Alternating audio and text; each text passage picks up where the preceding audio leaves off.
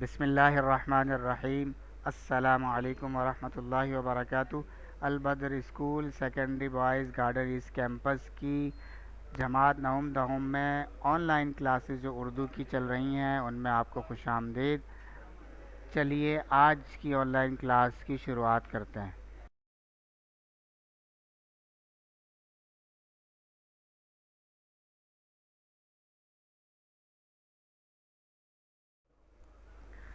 غزل غالب ہم پڑھ رہے ہیں۔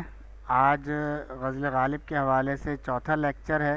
اس کے حاصلات تعلم یعنی مقاصد کیا ہیں، یعنی آج ہم کیا سیکھیں گے، کیا پڑھیں گے، تو وہ دو ہیں: مقطع کی تعریف کر سکیں، مطلع اور مقطع کا فرق کر سکیں۔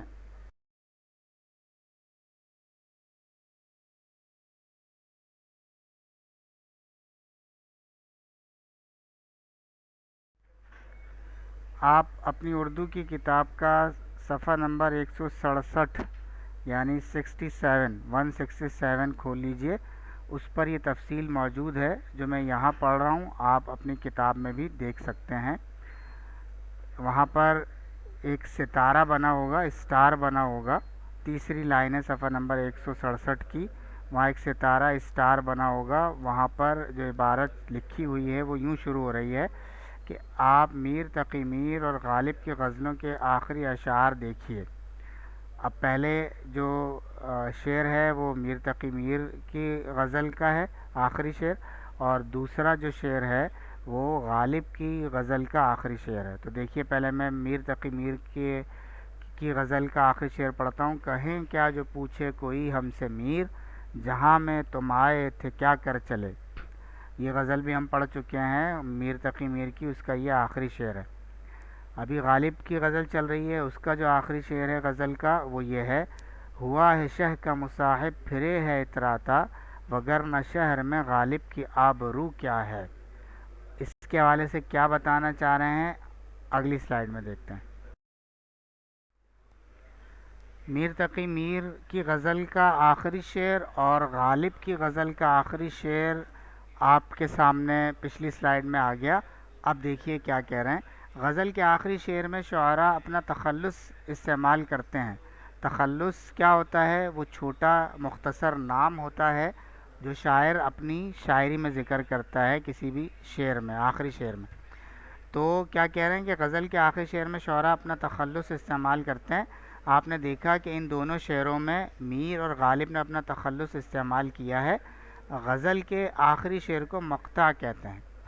الغرض غزل کے جس آخری شعر میں شاعر اپنا نام یا تخلص ذکر کرے اس شعر کو غزل کا مقطع کہتے ہیں۔ تو جو پچھلے دو شعر جو پچھلی سلائیڈ میں آپ کو دکھائے گئے، سنائے گئے، تو وہ مقطع ہیں اپنی اپنی غزل کے۔ پہلا جو شعر تھا وہ غزل میر تقی میر کی آخری غزل، میر تقی میر کی غزل کا آخری شعر ہے، یعنی اس کا مقطع ہے، اور دوسرا جو شعر سنایا گیا، دکھایا گیا، وہ غالب کی غزل کا آخری شعر ہے جسے غالب کی غزل کا مقطع کہا جائے گا۔ تو مقطع کی تعریف بھی آپ کے سامنے آ گئی کہ بھئی غزل کے جس آخری شعر میں شاعر اپنا نام یا تخلص ذکر کرے اس شعر کو غزل کا مقطع کہتے ہیں۔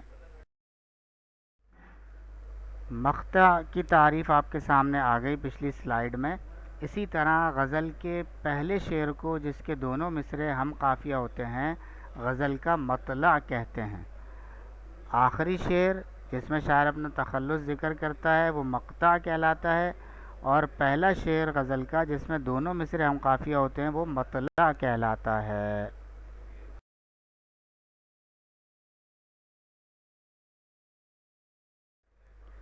امید ہے آپ کو مطلع اور مقطع کی تعریف سمجھ میں آ گئی ہوگی۔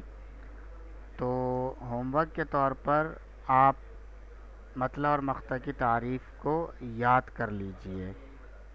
السلام علیکم ورحمۃ اللہ وبرکاتہ۔